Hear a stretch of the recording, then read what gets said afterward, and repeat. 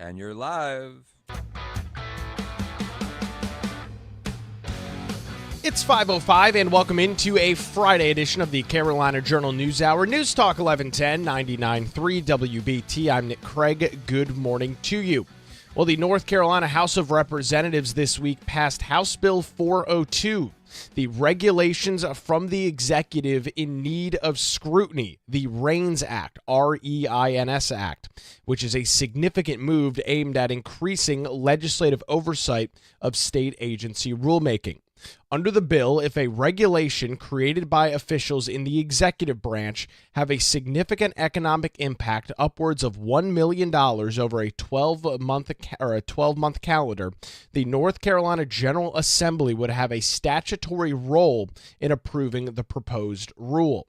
The House passed the REINS Act Wednesday in a 68-44 vote, with all Republicans and one Democrat, that's important to note, supporting the legislation. A companion bill awaits action in the North Carolina Senate. Why is the all Republicans, one Democrat relevant? Well, Republicans are just one vote shy of the supermajority in the North Carolina House, with the ability of Governor Roy Cooper to veto this piece of legislation. Well, Republicans would have to come back and override that veto, and if that same Democrat supports the veto override, well, they would be able to make it law.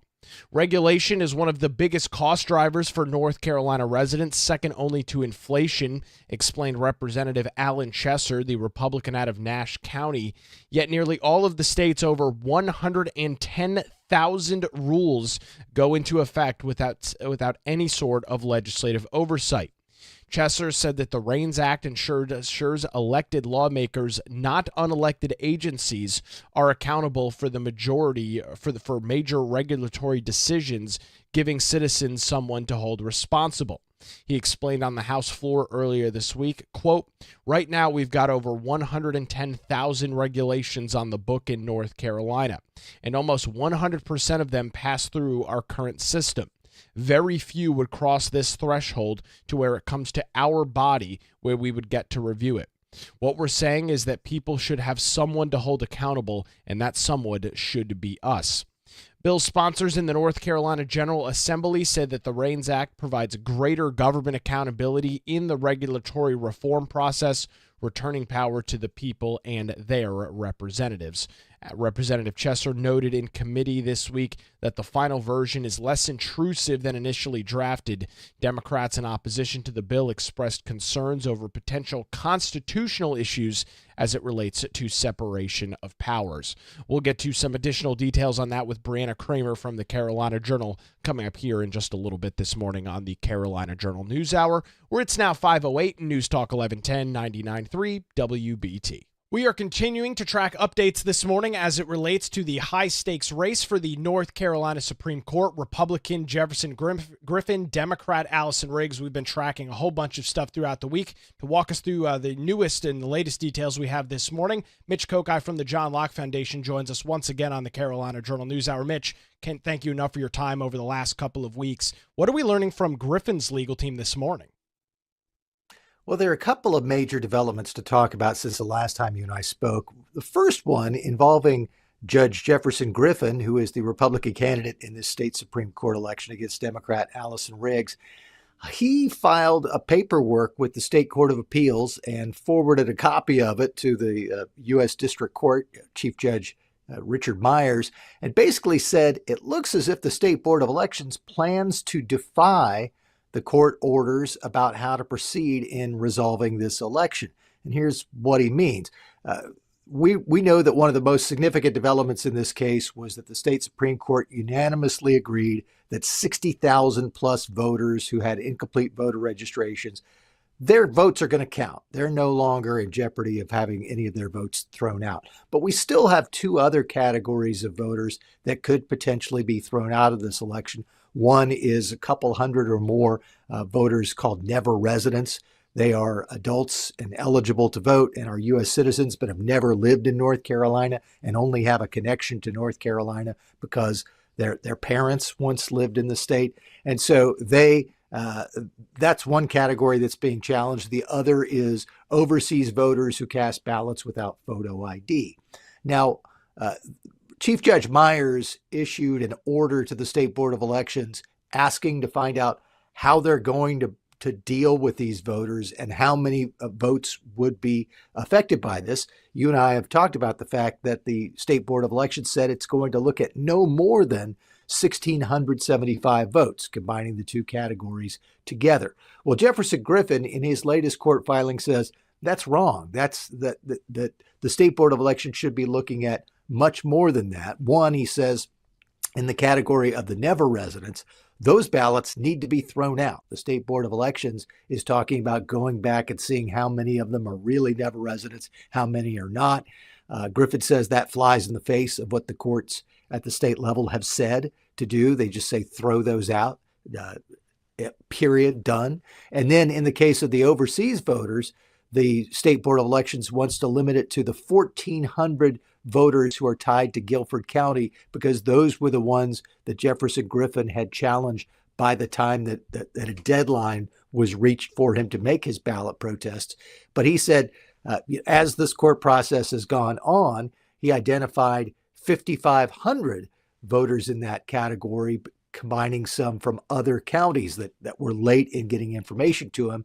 And he basically says that what the courts have ordered is that the State Board of Elections deal with all of those protests, not just the ones that came in by the time that his ballot protest was due. So he is saying that the State Board of Elections is trying to defy the Court of Appeals, the State Court of Appeals, and he's asking the State Court of Appeals to step in and clarify what they ordered and tell the State Board of Elections to get it right. The other major development is taking place outside of the context of Jefferson Griffin, and that is that Justice Allison Riggs, his opponent, and the League of Women Voters have both filed emergency motions in the federal courts with the Fourth U.S. Circuit Court of Appeals, asking that court to block what Myers has done in the case. Myers essentially said, state courts, you've got your ruling. State Board of Elections, you need to go ahead and comply with that ruling as people are appealing to me for a different outcome. And he did not grant any kind of motion for a stay or an injunction. Riggs and the League of Women Voters want the Fourth Circuit to come in, put the whole thing on pause until it's decided whether any of these votes can be challenged. You know, the 1675 number that you bring up, that's, of course, what we learned from the State Board of Elections earlier this week. Mitch, how much more clarification can a court do? They're not the Board of Elections. They don't necessarily have all of that data, all of those details in front of them. How can they really dig into this number if they're going off of what the State Board is telling them what's available?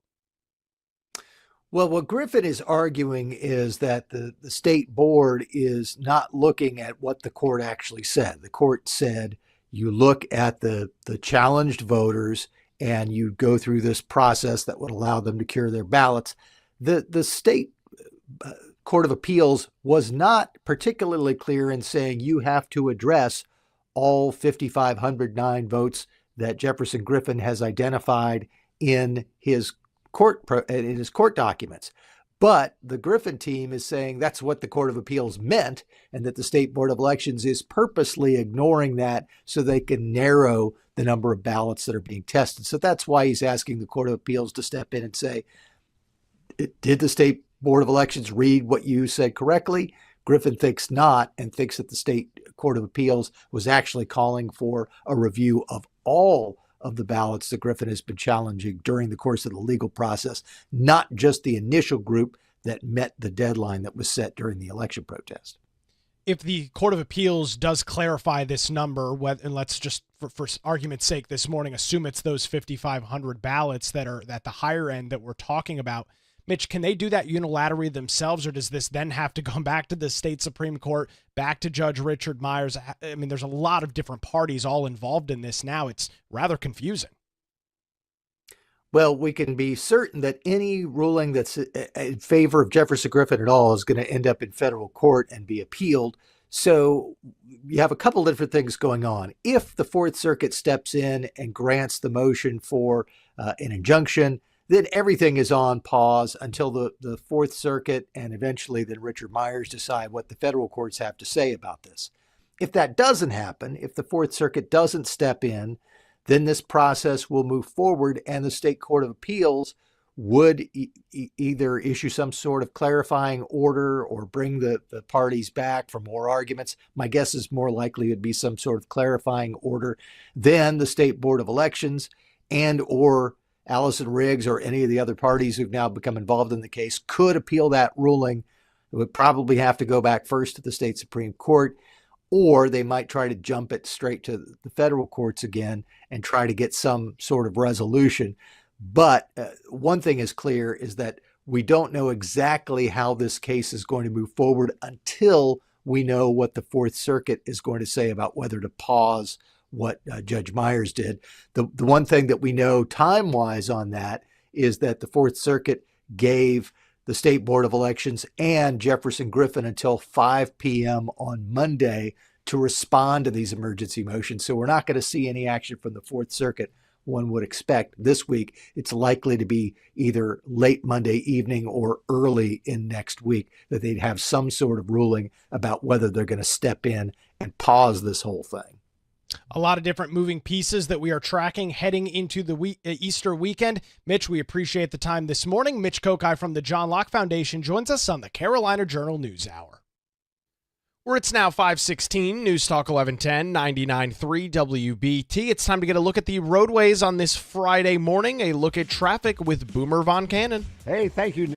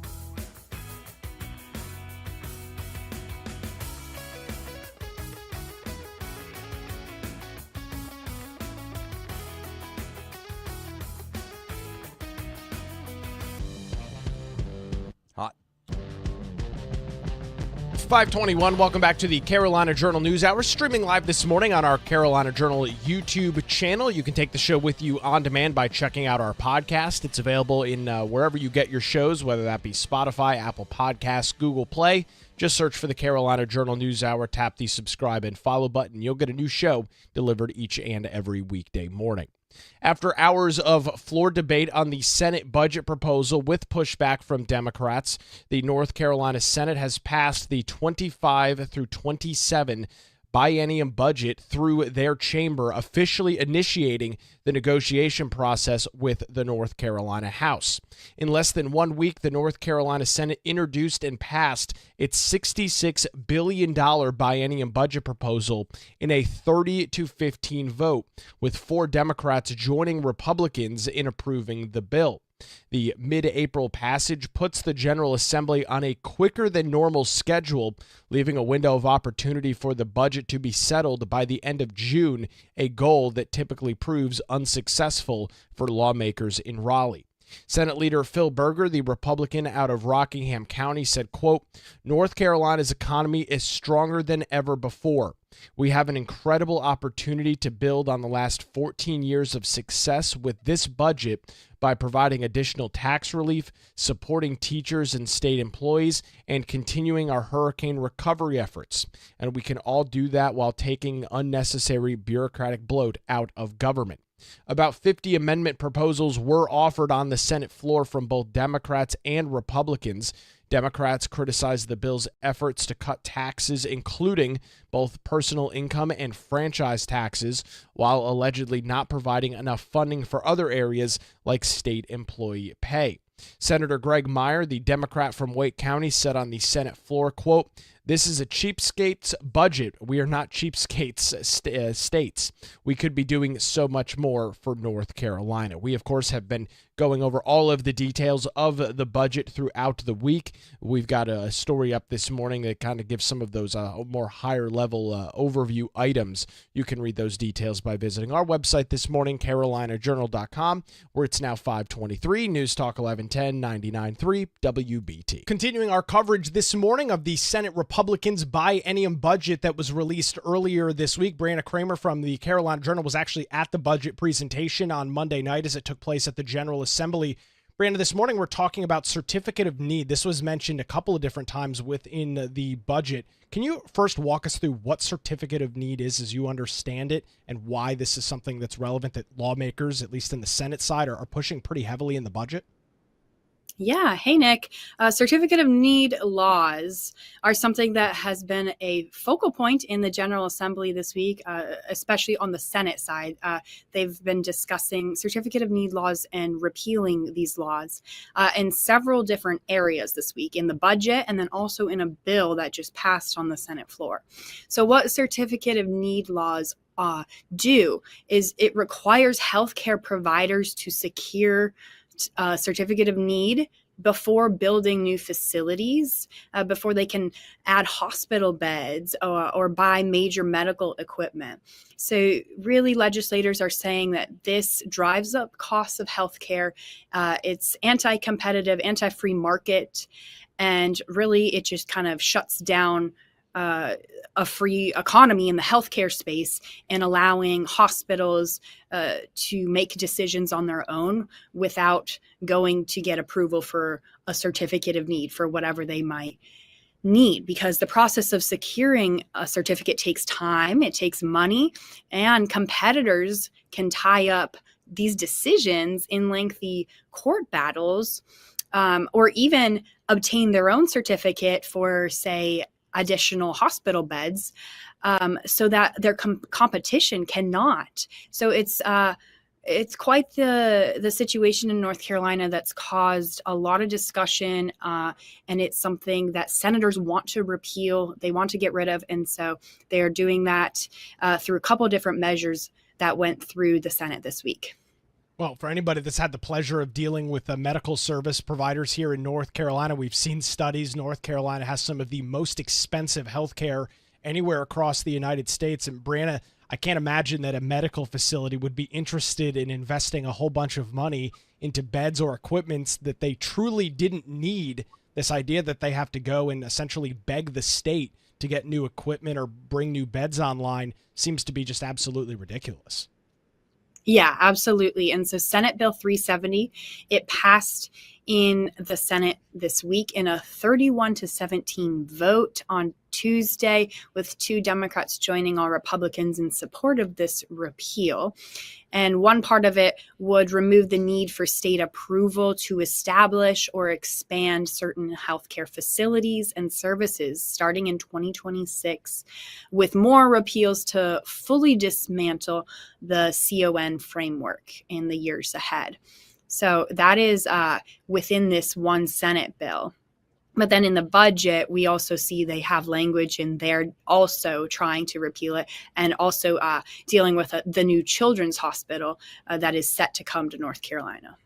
You know, you mentioned something earlier in your original conversation and discussion about this as it relates to it being anti-competitive. This is especially relevant for individuals in rural parts of North Carolina where they're not in a major city where there's maybe a couple of hospitals and a whole bunch of medical facilities available. Brianna, there are horror stories of these large healthcare groups going into rural North Carolina, securing a certificate of need, never building a facility. Then a smaller provider comes in, tries to spin up a facility, and the state says, no, we've already given this certificate to somebody else that really has zero interest in ever building a facility in rural North Carolina.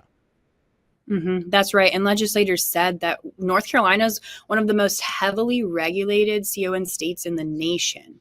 So they argue that it's time for us to grow, to join the growing movement of states that even around us, states around us that are getting rid of this. I got some insights from Brian Balfour at the John Locke Foundation on the issue of certificate of need laws and repealing them. And he says that this system that we currently have restricts supply and it decreases competition, which both drives up costs and diminishes much needed access. So all in all, we're seeing the negative consequences of these laws in place. And he also mentioned that local healthcare providers know best what the patient needs in their community are, not some government committee that often, including representatives from big hospitals that want to deny their competition the opportunity to serve more patients. So just like you said, it does come down to a competition thing. And so there are people who want to keep this in place. That's something to also know. But that's probably because these laws benefit them. Well, and I mean, obviously the healthcare lobby is a massive lobby, not just here in North Carolina, across the country, and of course up in Washington, D.C. as well. Brianna, you kind of, as you highlighted Brian's comments, he talks about pricing. We have unfortunately been at the top of many studies over the last couple of years for not only rising, but continually high healthcare costs. Hopefully, and did we hear anything from senators on Monday, is the idea that with the repeal of certificate of need, maybe we can begin to start seeing some of these prices start to go down and provide some much needed relief to North Carolinians?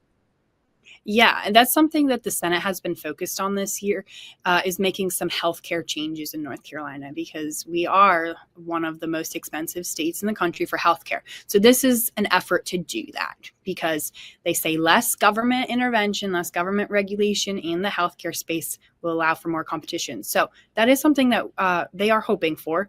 And in the budget that was introduced this week as well, they introduced different healthcare reforms, because this is something they're focused on in this session. You can continue to track Certificate of Need and the movement of the Senate Republicans' budget over on our website, carolinajournal.com. Brianna Kraemer from Carolina Journal joins us this morning on the Carolina Journal News Hour. Where it's now 5:30, News Talk 1110, 99.3 WBT. Another look at the roadways this Friday morning with Boomer Von Cannon. Thank you, Nick. Big problem.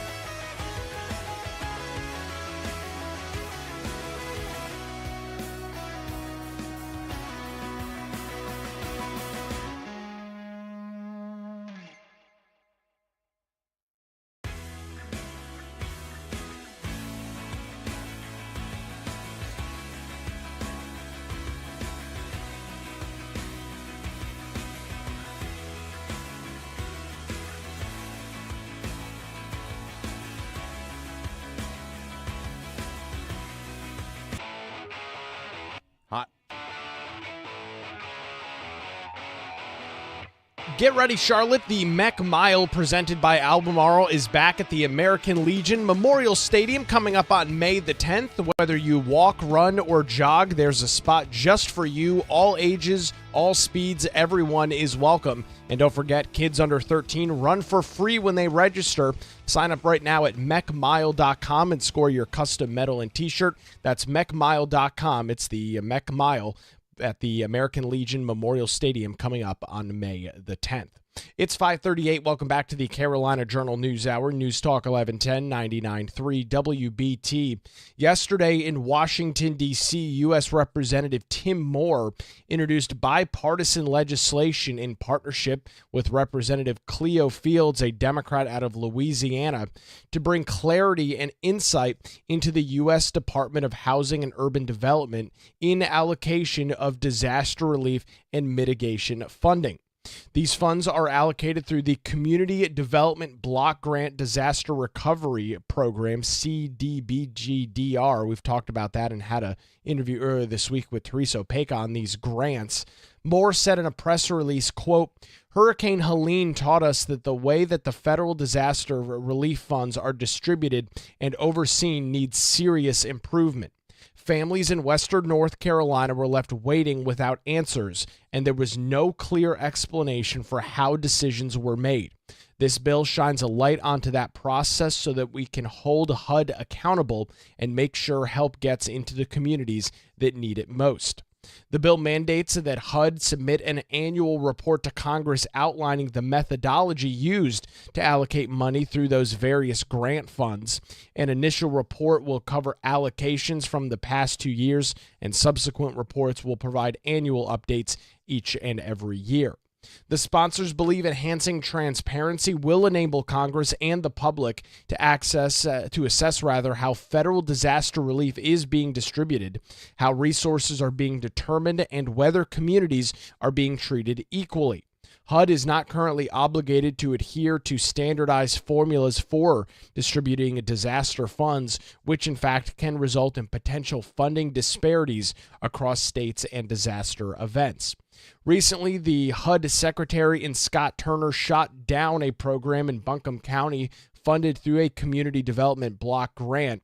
This program distributed disaster relief funding to Hurricane Helene victims based on DEI qualifications, prioritizing non-white recipients rather than prioritizing recipients based on their need.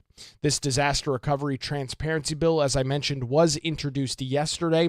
You can read some additional details on our website this morning, carolinajournal.com, where it's now 5:40, News Talk 1110, 99.3 WBT. It has been a busy week in Raleigh ahead of the General Assembly spring break next week. We've got some details this morning as it relates to the REINS Act. To walk us through some of those details this morning, Brianna Kraemer, carolinajournal.com, joins us on the News Hour.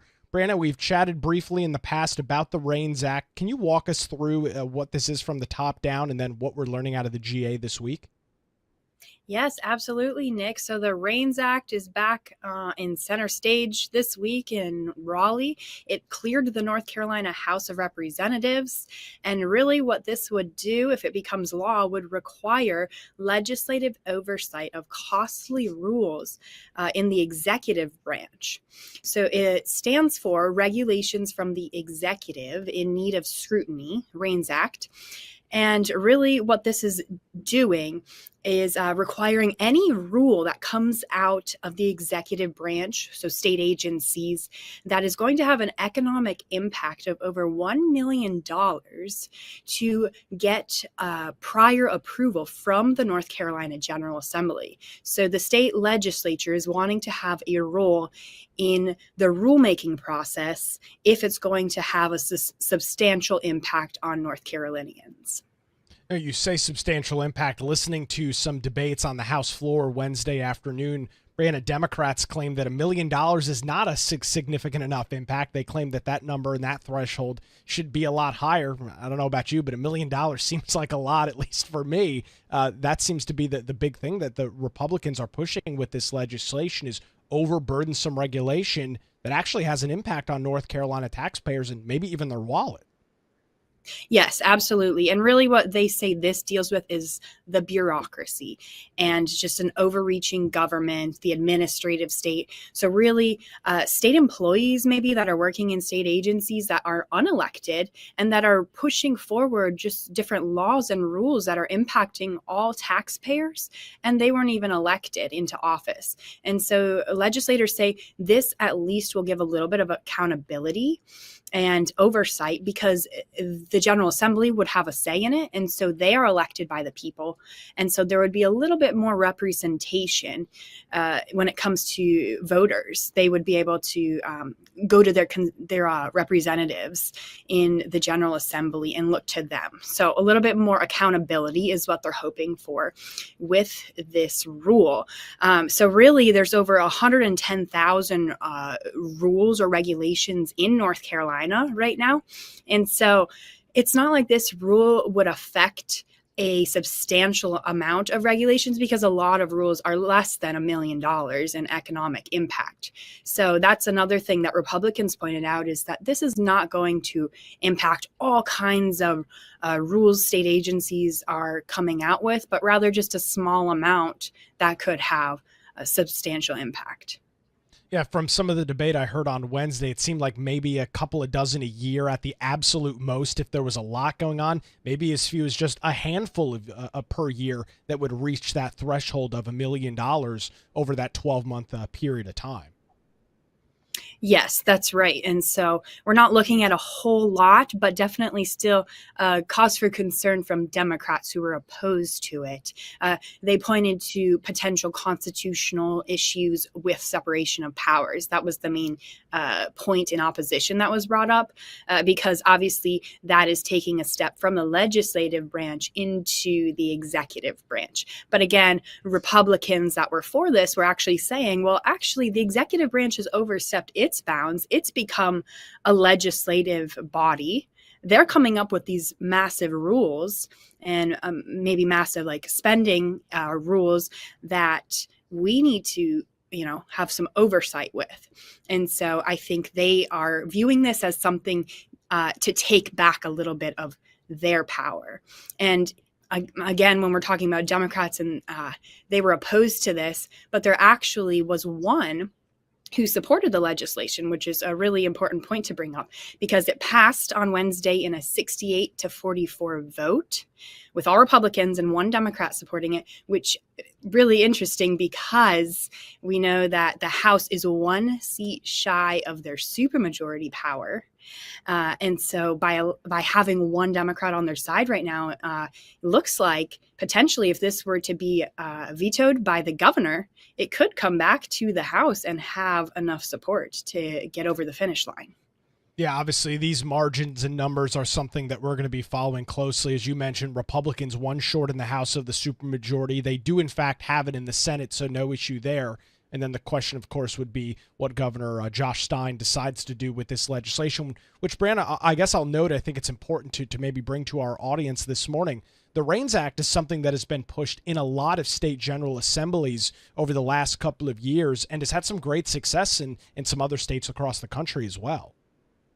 Yeah, this is a growing effort, not just in North Carolina. This is something happening in state legislatures across the country and at the federal level as well. I mean, you look to the federal government and you could probably see it even more obviously with the executive branch and then Congress, and seeing maybe overstepping of the roles as was, intended in the Constitution. And so you could really have a lot of different states and the federal government as well working together on different initiatives like that. Brandon, we've got some additional details on the REINS Act this morning, including some quotes from individuals that you've spoken to about it. Where can folks get that this morning? Yeah, you can go to carolinajournal.com and view the latest there. Brianna Kraemer joins us this morning on the Carolina Journal News Hour. Where it's now 547, News Talk 1110, 99.3 WBT. Some issues out on the roadways this morning. Let's get a look at traffic with Boomer Von Cannon. You got it, Nick.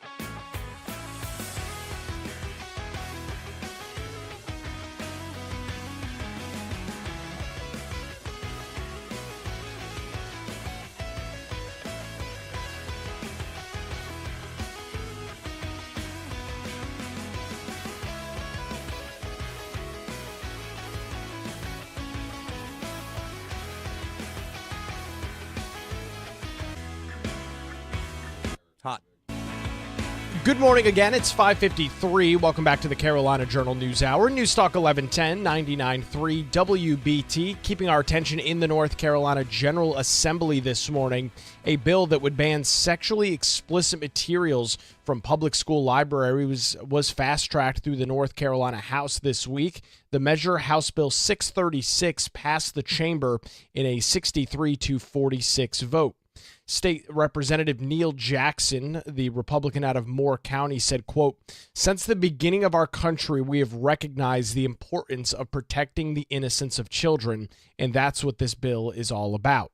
The bill would direct local public school units to adopt policies for reviewing library media to ensure that it is age appropriate, has literary value, and complies with laws like the Child's Internet Protection Act.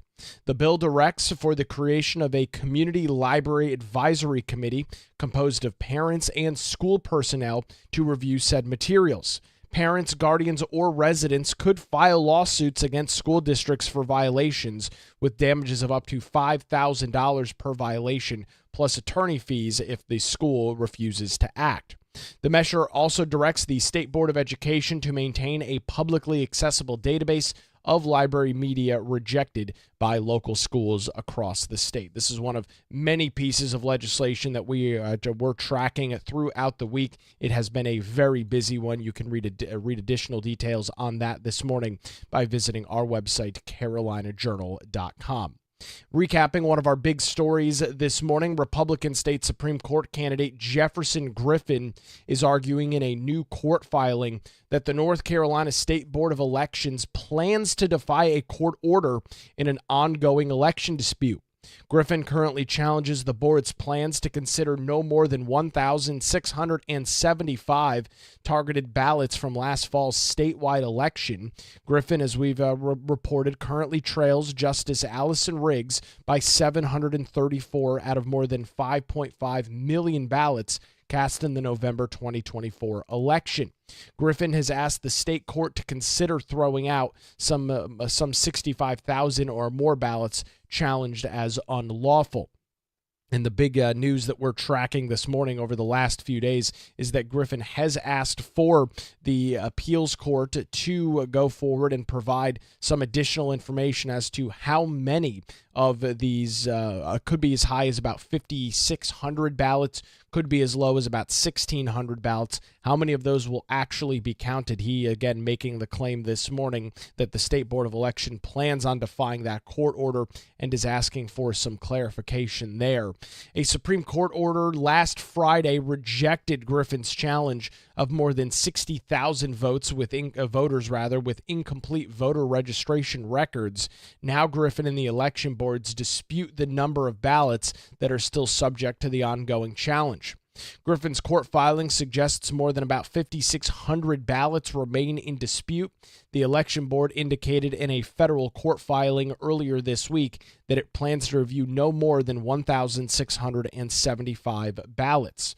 Griffin's lawyers wrote, quote, "The U.S. District Court for the Eastern District of North Carolina ordered the State Board of Elections to explain how it intended to comply with this court's mandate.